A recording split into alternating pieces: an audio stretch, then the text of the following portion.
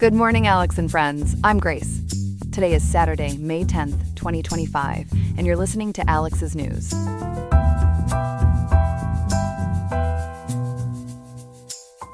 The high in Riverside today will reach a warm 91.7 degrees, so be sure to stay hydrated if you're out and about. The low tonight will offer some relief, dipping to a more comfortable 69.7 degrees. Ida is certainly a good day to find some shade if you are spending extended time outside. Coming up on the show, we will delve into the administration's detailed reasoning and legal basis for its claim that it possesses the authority to bring an end to mass parole programs. Following that, we investigate a significant financial repercussion for Google, exploring precisely why the company's assertions about rectifying user data problems did not succeed in preventing a substantial $1.4 billion payout. We'll unpack these complex issues for you. All this and more coming up on Alex's News. Stay tuned.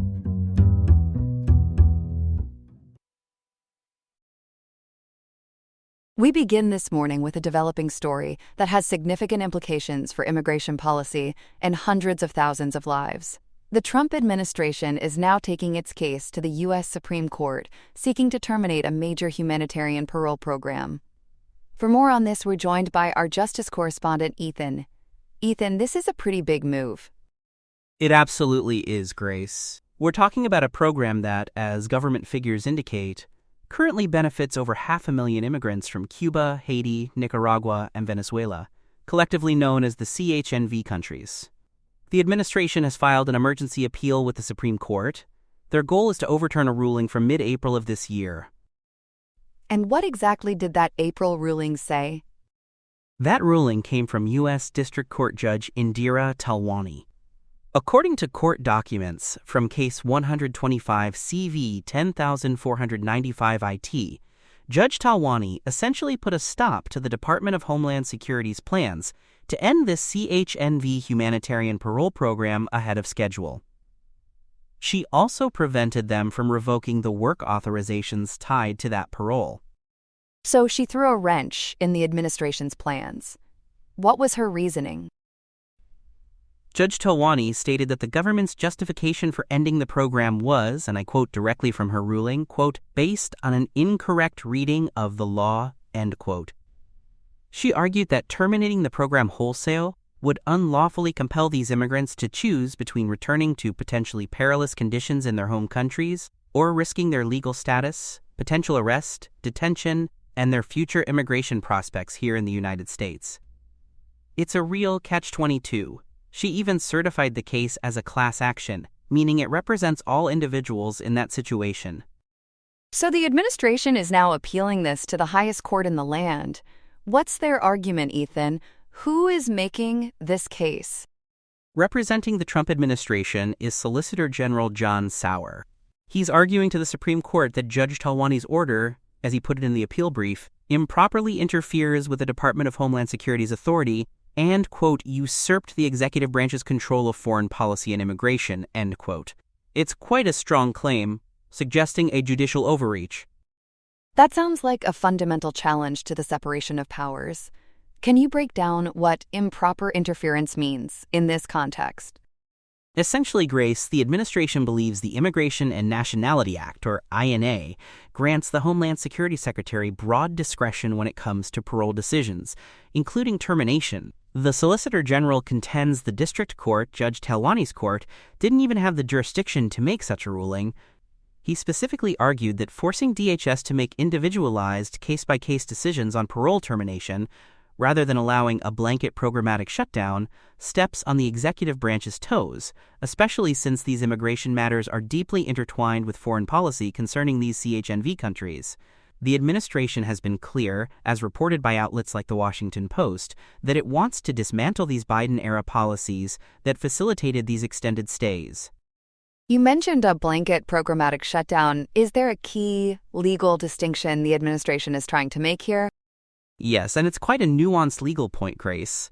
The administration argues that existing legal precedents and the INA itself primarily address how an asterisk individual's parole status can be revoked, usually for a specific cause, like a crime.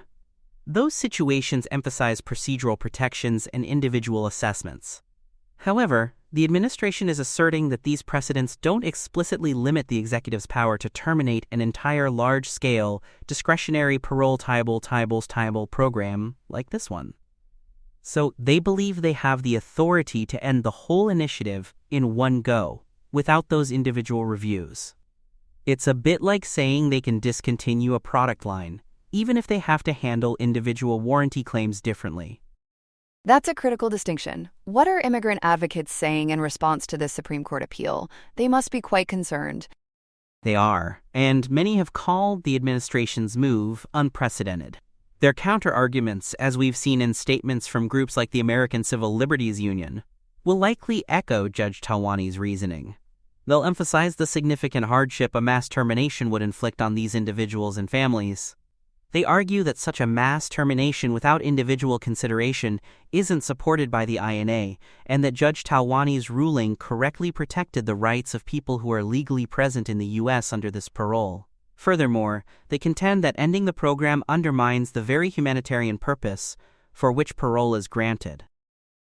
So, looking at the bigger picture, Ethan, what's really at the heart of this Supreme Court case? It sounds like more than just this one program.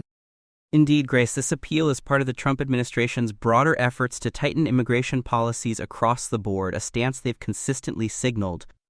The core legal question for the Supreme Court will likely boil down to the extent of executive discretion in ending these large-scale parole programs versus the judicial interpretation of statutory requirements for individualized review, before parole status and work permits are revoked for people already admitted under such programs. It's a high-stakes legal showdown, and the outcome will certainly set a major precedent. A weighty decision for the court indeed. Ethan, thank you for breaking down this complex situation for us this morning. We appreciate your insights. You're welcome, Grace. In our second story this morning, it seems the state of Texas has just hit a tech giant with a massive bill. We're talking about Google. And here to break down the significant settlement is our reporter, Chloe. Chloe, what's the latest on this? Grace, it's a big one. Yesterday, May 9th, Google agreed to pay the state of Texas a staggering $1.4 billion. This settles claims that Google was, shall we say, a little too curious about user data without proper authorization. These allegations were brought forward by Texas Attorney General Ken Paxton in lawsuits filed back in 2022. $1.4 billion. That's quite the settlement. What kind of data are we talking about here? What was Google allegedly collecting? According to reporting from NPR and the Orlando Sentinel, Attorney General Paxton stated Google was secretly tracking users' movements, their private searches, and even biometric data. This wasn't just a small peek either. The claims covered a wide range of information. We're talking about geolocation information, so where you are and where you've been. Also, searches conducted in what's supposed to be private incognito mode and biometric identifiers. Biometric identifiers? Can you explain what those are for our viewers? Absolutely. Biometric identifiers are unique physical characteristics that can be used to identify you. Think of things like your voice print, which is the unique pattern of your voice, or facial geometry, which is the specific measurements and contours of your face. NPR and the Orlando Sentinel specified that Google allegedly collected millions of these identifiers through popular products like Google Photos, Google Assistant, and their Nest Hub Max device. Millions, you say. So this $1.4 billion payment, does it cover just one issue or multiple complaints?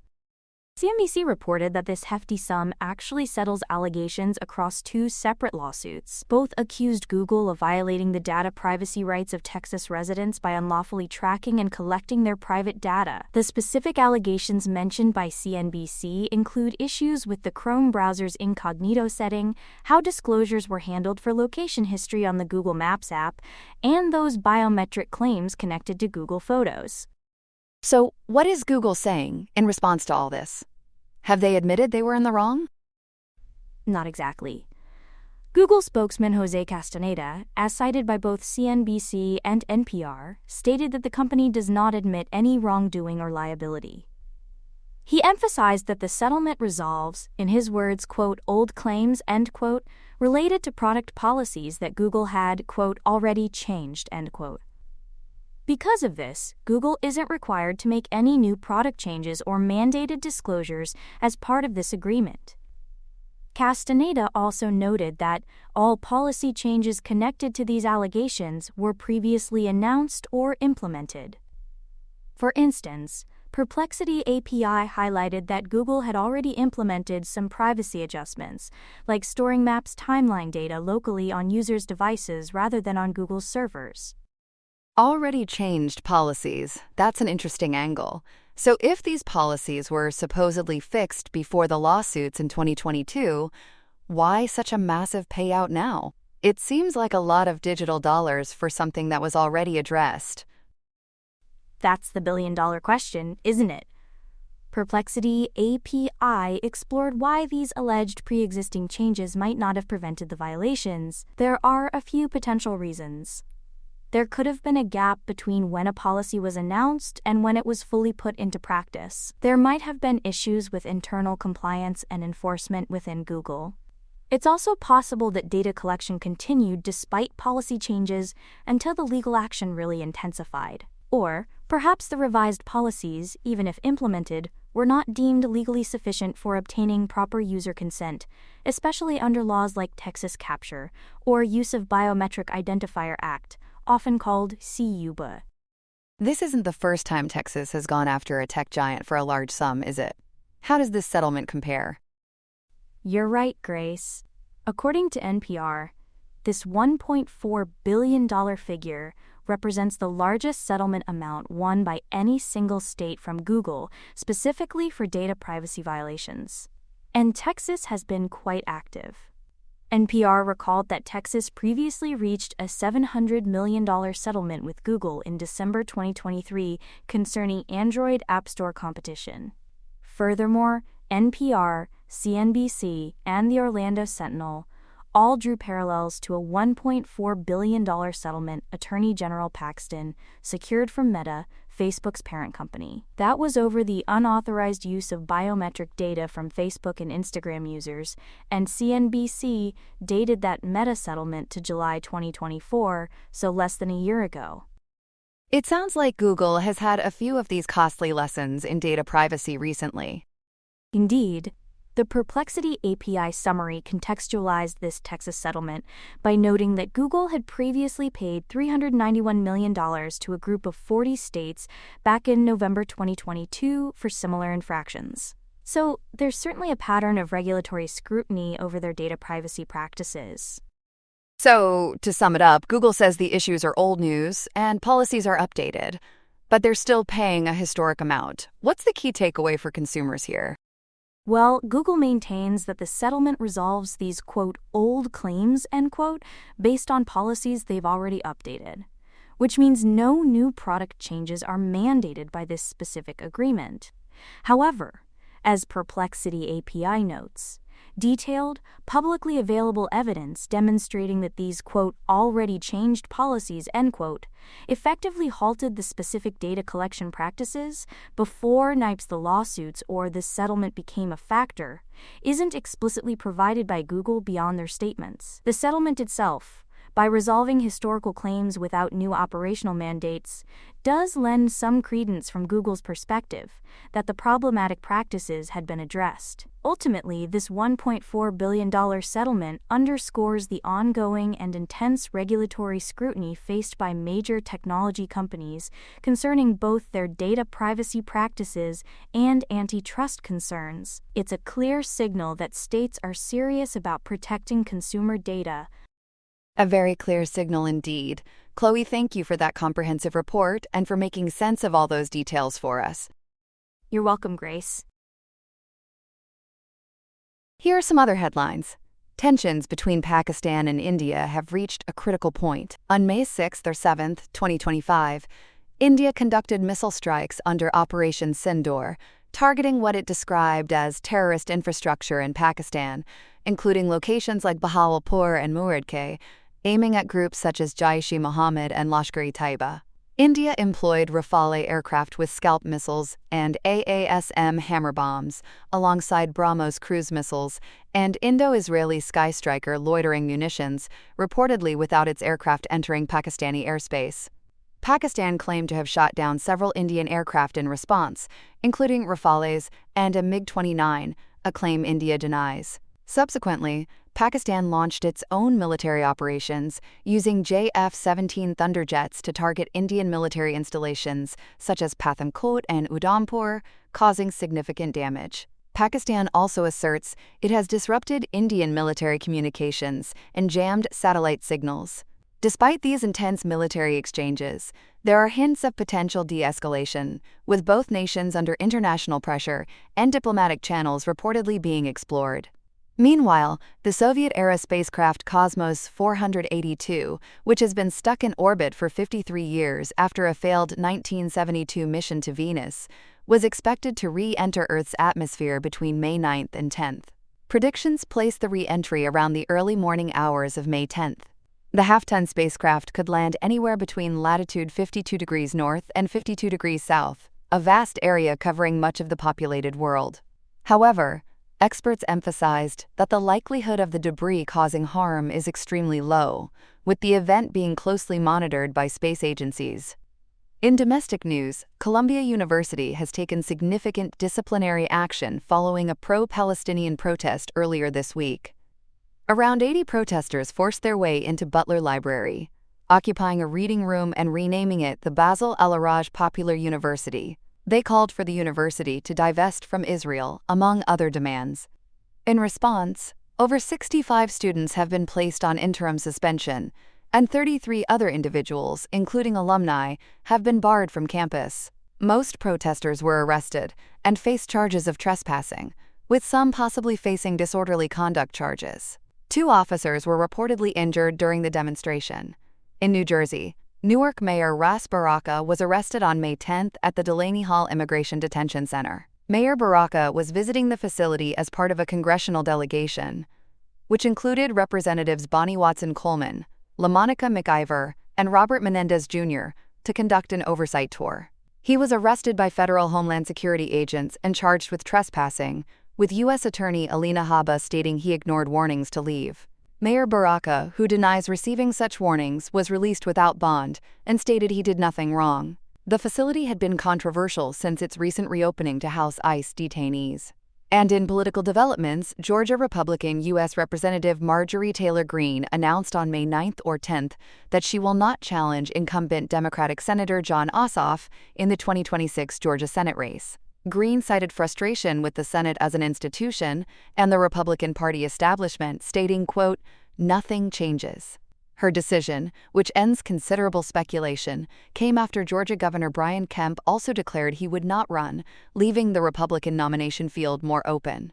Greene, who criticized elite donors for trying to anoint a candidate, indicated she is still considering other political opportunities, including a possible run for Georgia governor. That's all we have for now. Today's episode was made by Alexander King, with Claude Sonnet 3.7, Gemini Pro 2.5 Experimental, Gemini Flash 2.0, Perplexity Sonar Pro, and Google Cloud Text-to-Speech. I hope you have a great day. I'll see you tomorrow, Alex.